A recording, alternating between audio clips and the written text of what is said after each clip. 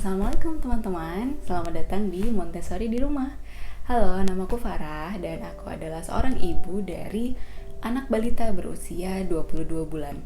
Nah, pada kesempatan kali ini insya Allah aku akan membahas tentang bagaimana mempersiapkan lingkungan rumah sebagai lingkungan yang optimal untuk perkembangan anak.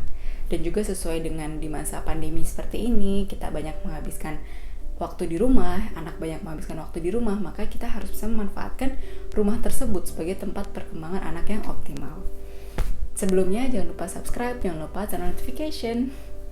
Oke, pertama, sebelum kita membahas semuanya, kita perlu ingat bahwa 90% dari otak manusia itu terbentuk di usia 5 tahun pertama kehidupan. Jadi dari 0 sampai 5 tahun.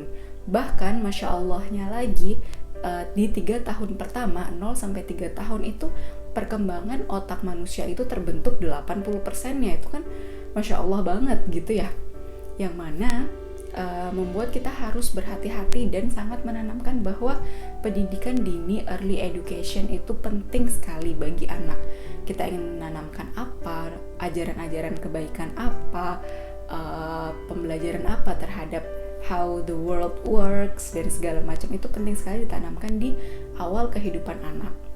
Nah, kemudian juga pada Montessori dikenal dengan plan 1 atau bagian pertama dari perkembangan, yaitu usia 0 sampai 6 tahun, di mana anak memiliki sifat absorbent mind, di mana otaknya mereka, pikirannya mereka itu mampu menyerap lingkungannya tanpa dipaksa. Betul-betul secara tanpa sadar aja mereka akan belajar banyak hal dari lingkungannya, yang mana itu bayangkan jika seperti spons, jika lingkungannya itu jernih, airnya jernih, maka dia akan menyerap air yang jernih itu. Tapi jika lingkungannya kotor, air keruh, maka dia akan menyerap air yang keruh itu. Nah, hal inilah yang membuat kita harus sangat berhati-hati di sebelah anak. Apakah perilaku kita ingin mereka contoh, apakah omongan kita ingin mereka contoh, itu semua termasuk yang harus kita hati-hati sekali. Nah, anak juga memiliki kehebatannya lagi. Anak itu memiliki kemampuan belajar, dorongan belajar dari dalam dirinya tanpa dipaksa. Jadi, jika misalkan didukung dengan lingkungan yang tepat, kemampuan anak untuk absorbent mind dan juga dorongan mereka untuk belajar, maka itu semua akan bisa membantu untuk mendukung perkembangan anak yang lebih optimal. Nah, sebelum kita mengubah banyak hal dari rumah, yang pertama kali harus kita pahami adalah prinsip parenting. Nah, prinsip parenting ada 3 nih menurut aku yang cukup penting, yaitu yang pertama adalah menunjukkan rasa cinta. Menunjukkan rasa cinta itu artinya maafkan yang tadi terpotong. Oke. Menunjukkan rasa cinta itu artinya adalah kita untuk membentuk anak yang berani, untuk membentuk anak yang disiplin, untuk membentuk anak yang mau mengeksplor dunianya, itu dibutuhkan root yang kuat, akar yang kuat bagi anak untuk merasa secure, merasa aman, merasa nyaman di dalam rumah.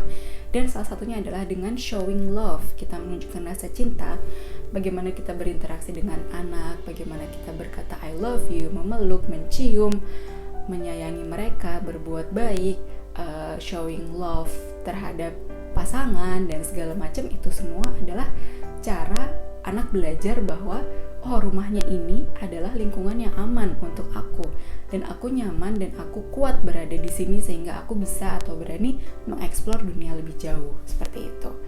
Kemudian yang kedua adalah menunjukkan setting boundaries atau menentukan batasan-batasan, membuat aturan-aturan. Maksudnya gimana? Masa kita nyuruh anak mengikuti aturan untuk mengekang?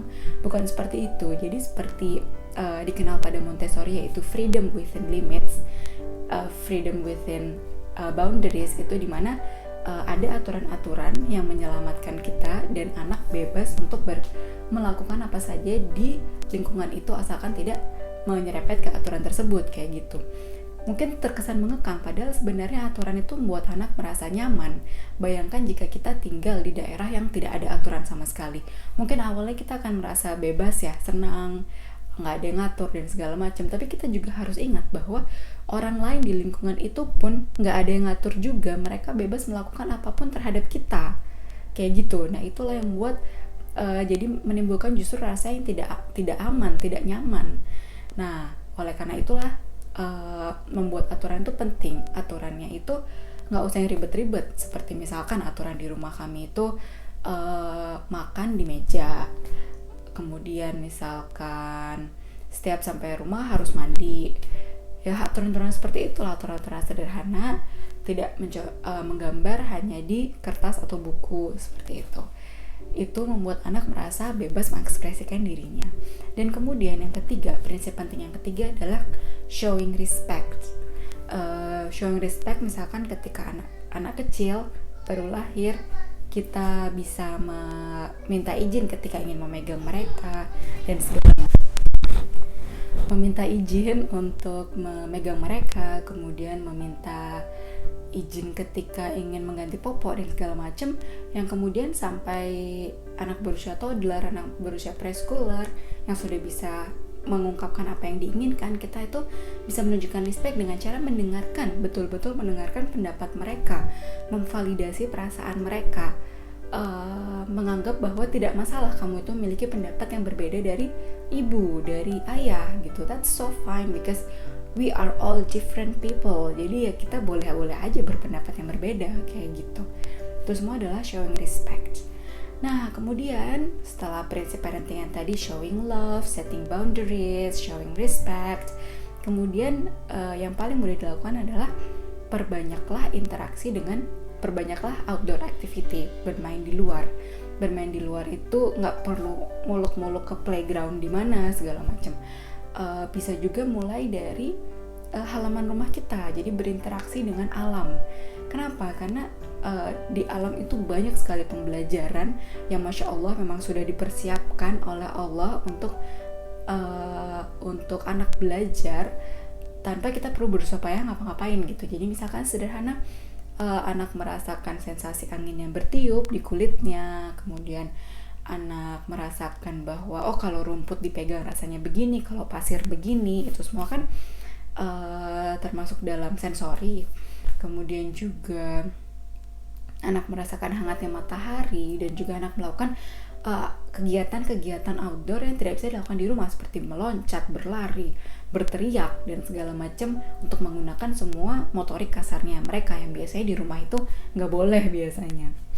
Nah, kemudian selain itu, manfaat dari aktivitas outdoor adalah mendekatkan anak kepada alam, mengajarkan anak untuk respect, menghargai alam, bahwa seperti kita tidak boleh mencabut tanaman sembarangan, tidak boleh memindahkan hewan dari tempatnya semula, dan segala macam.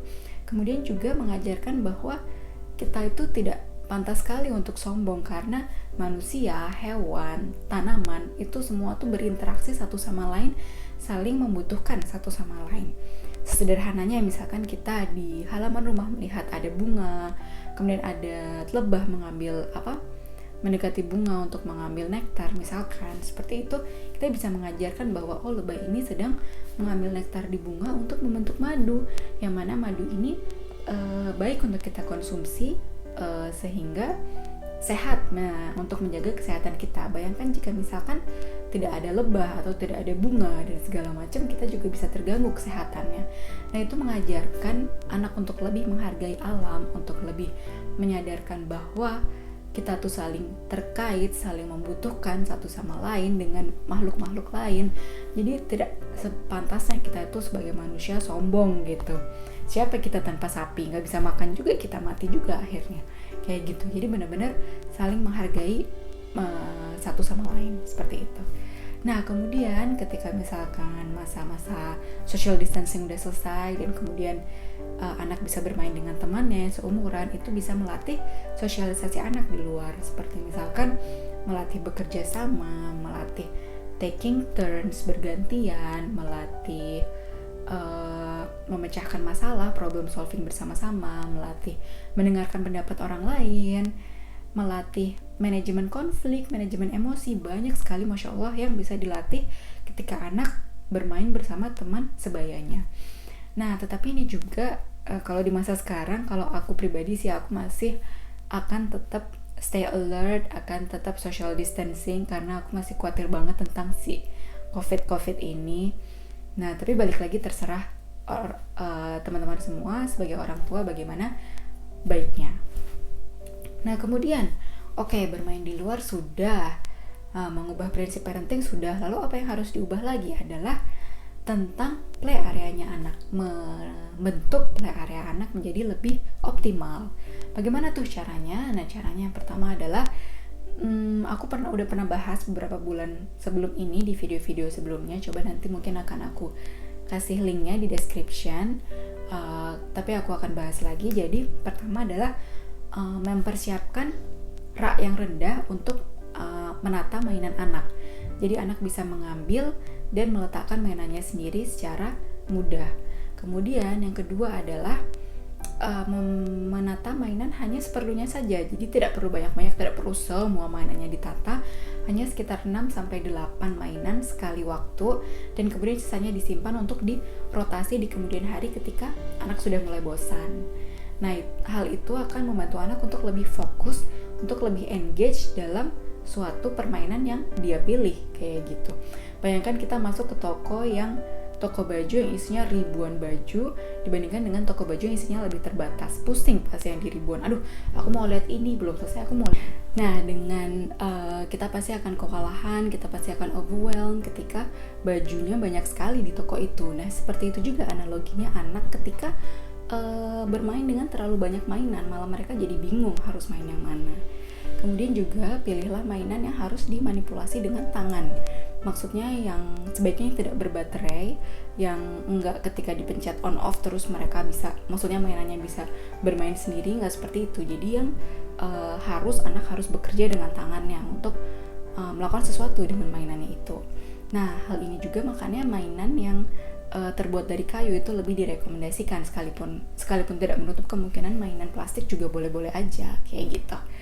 Nah, kemudian juga ada baiknya kita memberikan satu waktu tersendiri yang rutin setiap harinya, di mana anak bisa bermain sepuasnya di play area-nya mereka. Seperti misalkan 1 atau 2 jam setelah bangun tidur siang, misalkan seperti itu. Nah, ketika anak bermain di play area-nya, sungguh sebaiknya kita tidak mengganggu. Jadi misalkan tidak ada suara-suara di belakangnya anak, tidak menyalakan TV, seperti itu. Jadi benar-benar di 1 atau 2 jam itu benar-benar fokus untuk anak aja, supaya dia bisa memaksimalkan waktunya itu untuk berinteraksi dengan lingkungannya. Baiklah, seperti itu aja teman-teman. Ingat bahwa Masya Allah, dengan kehebatan anak itu absorben main, keinginannya untuk belajar, maka lingkungan yang optimal, lingkungan yang dipersiapkan itu sangat dibutuhkan untuk anak. Semoga kita semua bisa menjadi orang tua yang bisa mempersiapkan lingkungan, bisa menemani untuk tumbuh kembangnya yang lebih optimal, insya Allah. Jangan lupa subscribe, jangan lupa turn on notification. Assalamualaikum.